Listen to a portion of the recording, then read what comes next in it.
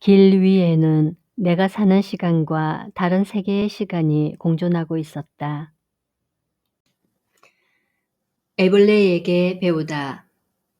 산책로에 나온 애벌레를 그냥 지나치지 못하게 된 것은 얼마 전부터의 일이었다. 운명의 바깥에 있다가 안으로 들어오는 얘가 있는 것처럼 그날 이후 사람들이 다니는 길로 나온 애벌레가 내 눈에 잘 띄었고 나는 그 애벌레들을 숲으로 보내주면서 길을 걷게 되었다. 둘레길을 걷다가 허리를 굽히는 내게 또 있어요? 벗이 물었다.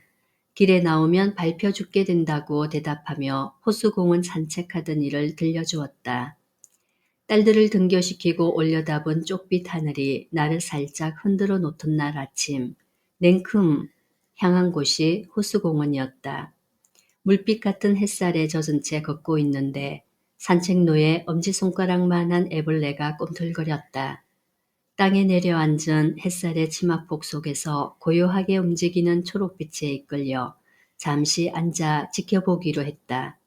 길 위에는 내가 사는 시간과 다른 세계의 시간이 공존하고 있었다. 애벌레는 15초 한 방향으로 움직였다가 이어 15초 다시 돌아오고 15초 다시 되돌아갔다가는 15초 또 돌아오는 일을 반복 또 반복하는 것이었다. 시간을 확인하며 다시 내려다본 애벌레의 움직임이 지리멸렬한 일상을 되풀이하고 있는 사람의 것과 다르지 않았다. 그러나 애벌레는 항상 15초에 머물러 있지는 않았다. 10초이다가 20초이기도 하고 때로는 30초까지 한 방향으로 움직이는 변화도 있었다. 그렇게 시간은 흘렀다. 초록색 바탕의 애벌레 등에는 두 갈래로 난 가느다란 갈색줄이 선명했다.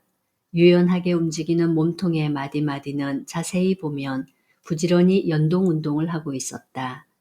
만져보지 않아도 느껴지는 질감에 나는 자꾸만 내 엄지손가락과 집게손가락을 비벼댔다.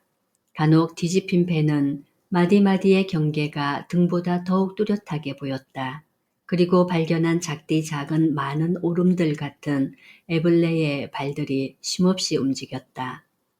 곧 몸통을 쥐어짜듯 뒤틀며 되찾은 자세로 다시 꿈실거리며 나아가는 것이었다. 생명이란 그렇게 끊임없이 꿈틀대는 것이다.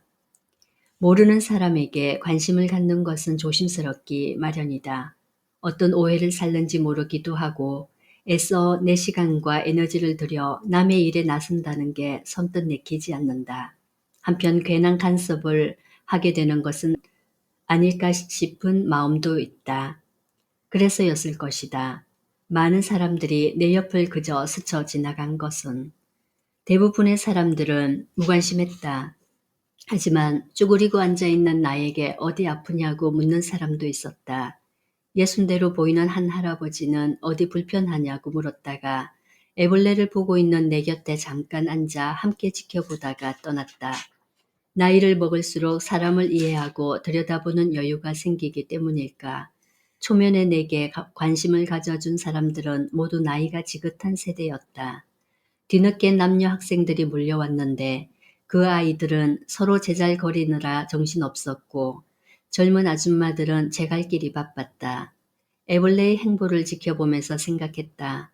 똑같은 상황에서 나는 어떤 사람일까?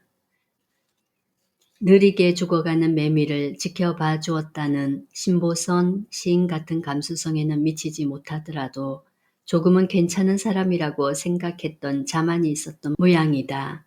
나 또한 무심하게 지나쳤을 그 자리에서 뒤돌아서 안부를 물으며 다가온 할아버지의 빛나는 이마는 내가 어떤 사람이 되고 싶은지를 가르쳐 주었다. 산책로를 벗어나 흙길에서도 고전하고 있는 애벌레의 몸짓은 더욱 투쟁적으로 보였다. 싸우는 대상이 햇빛인지 흙인지 애벌레로 태어난 자신의 운명인지 상대는 보이지 않고 홀로 열연하는 판토마임을 보는 것 같았다. 돌연히 까치들 소리가 등 뒤에서 들렸다. 문득 애벌레가 까치의 밥이 될 수 있다는 걱정에 한동안 눈을 떼지 못하다가 일어서서 두 팔을 벌리고 몸을 움직였다. 나는 허수아비가 되었다.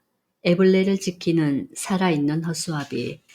애벌레는 열심히 꿈틀거렸다. 그리하여 드디어 나무 울타리 있는 쪽까지 갔는데 무슨 계획에선지 유턴을 하고 돌아오는 것이다. 온몸을 부대끼며 애써 가서는 돌아오고 있다니 지켜보는 나로서는 허망하기 이를 데 없었다. 나는 애벌레를 집어 울타리 뒤쪽에 놓아주었다. 1시간 가까이 지켜보는 동안 내가 직접 울타리 안에 들여다 줄 것인지 계속 지켜볼 것인지를 고민했다. 애벌레의 움직임 그것만으로도 감탄할 만한 구경거리로 충분했지만 정작 내가 갈등했던 것은 애벌레의 삶에 내가 개입하는 것이 잘하는 것인지 확신이 서지 않았다. 할 수 있다면 나는 지켜주는 보호령 정도에 그치고 애벌레가 갈 길은 스스로 가도록 해주고 싶었다. 그러나 애벌레는 자기 세계의 시간으로 느리게 움직였고 그 시간은 내게로 와 서너 시간으로 뻥튀기가 되는 것 같았다. 좋은 글감이 되겠다는 버스의 호응에 호수공원에서 지켜본 애벌레에 대한 생각이 머릿속에서 계속 꿈틀댔다. 만약 그대로 두었다면 어떻게 되었을까? 노파심대로 사람들에게 밟혀 죽었을 수도, 까치의 밥이 되었을지도, 아니면 누군가의 손길에 울타리로 옮겨졌을런지도 모른다. 심악산 저수지 쉼터를 지나 길을 잘못 들었다가 돌아와 제 길을 찾아 걸으면서 다시는 여기서 길을 잃진 않을 것이라고 확신했던 것처럼 잘못 걸었던 길은 내가 가는 길이 아님을 알게 되고 그 길은 다른 방향으로 가는 다른 누군가의 길이라는 것을 깨닫게 해준다. 이렇게 배우고 익히면서 가는 게 길이며 인생이지 않을까. 땅바닥에 온몸을 쓸며 지나갔다가 돌아오기를 반복했던 애벌레에게 어떤 차원의 학습이 있는지 모르겠으나 땅을 몸으로 읽으며 스스로 배우고 익히는 기쁨이 있을 것 같다. 어쩌면 눈에 띄는 애벌레들을 숲으로 보내는 나의 행동이 애벌레의 길 찾기에 방해와 간섭이 될 수도 있을 거라는 조심스러운 추측도 하게 된다. 내게 배우고 익힘은 딸아이 첫걸음 떼던 것처럼 기쁜 일이다. 그러나 변태를 기다리며 세상을 만나는 애벌레의 그것 없이 울타리 밖으로 나온 어린 새가 땅으로 곤두박질 치는 가운데 날개짓하는 그것 없이 자기 부족에 대한 자각에서 출발하여 새로움과 만나는 나의 그것 없이도 건강하고 아름다운 삶을 살 수 있을까? 애벌레와 내가 끊임없이 꼼틀대는 이유가 바로 그것이 아닐런지.